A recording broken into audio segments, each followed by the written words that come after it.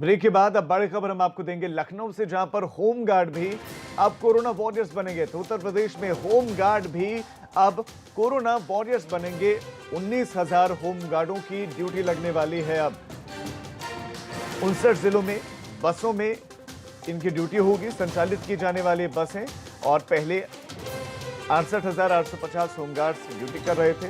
Corona से निपटने के लिए होमगार्डों की मांग बढ़ी है और कुल 19,055 होमगार्डों को अब फिर ड्यूटियां मिली हैं। प्रदेश में अब 85,905 होमगार्ड ड्यूटी करेंगे।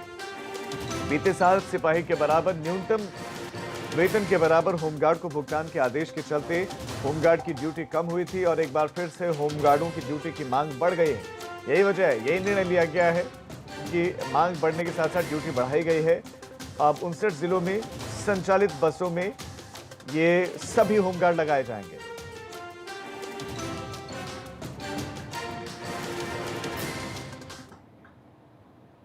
दुकानें खोलने के लिए इलाहाबाद हाईकोर्ट में याचिका दाखिल की गई है। ये और बड़ी खबर देते हैं, दुकानें खोलने के लिए इलाहाबाद हाईकोर्ट में याचिका दाखिल की गई। नोएडा के पटरी दुकानदारों ने याचिका डाली है। दुकानदारों ने क्या मांग की वो भी आपको बता दें। दुकानदारों ने दुकानें खोलने की इजाजत मांगी है। सब्जी, फल, राशन की तरह ही दुकानें खोलने की इजाजत मांग रहे हैं वो। पंजीकृत स्ट्रीट वेंडर एसोसिएशन ने याचिका दी है। पटरी दुकानदारों को शर्तों के साथ अनुमति दी जाए, ये मांग हाईकोर्ट से की गई है, जिससे पटरी दुकानदार अपनी आजीविका चला सकें। ऐसे में हाईकोर्ट का रुख किया है कि हाईकोर्ट इस पर कोई निर्णय लेगा। पंजीकृत स्ट्रीट वेंडर एसोसिएशन ने याचिका दाखिल करते हुए मांग की है कि हमें भी दुकानें खोलने दी जाएं। रेडी, पटरी, सब्जी ये सब बिक रही हैं। सब्जी, फल विक्रेता सब्जी बेच पा रहे हैं, तो हमें भी ये इजाजत मिलनी चाहिए। मोहम्मद मोइन हमारे संवाददाता और ज्यादा जानकारी दे देंगे आपको। मोइन, दर्शकों को बताएं, जो याचिका दाखिल की गई है, क्या क्या मांग की गई है हाईकोर्ट से इस याचिका में?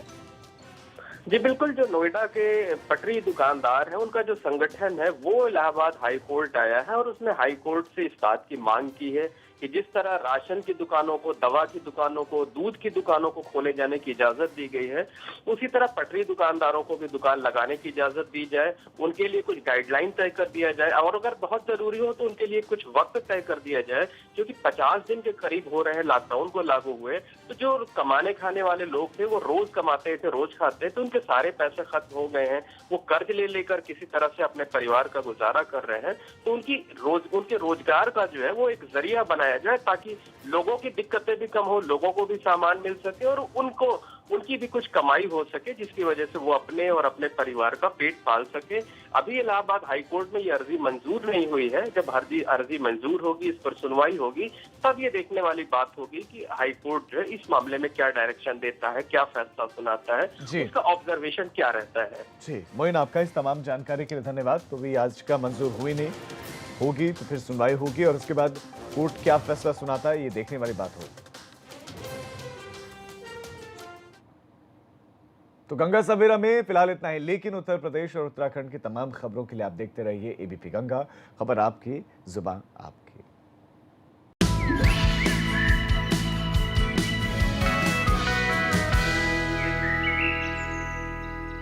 कोरोना के संकट